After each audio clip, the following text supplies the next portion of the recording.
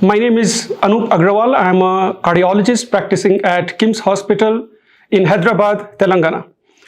Today I am going to talk about pulmonary embolism. And as you all know, that pulmonary embolism is very lethal, and it is grossly underappreciated, grossly underdiagnosed.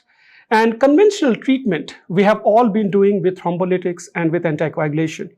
In my talk at CSI NIC, I list some of the deficiencies and some of the limitations of thrombolytics and anticoagulation, and how we need to go beyond the traditional treatment and incorporate more conventional techniques.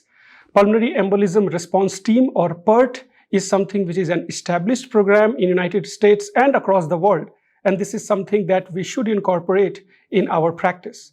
Multidisciplinary team which evaluates each and every pulmonary embolism and uses the conventional method which are data proven to save patients, to improve their mortality as well as long-term outcome. So I hope we will be focusing more on this very common and very deadly entity, and we will be learning as we go forward. Thank you.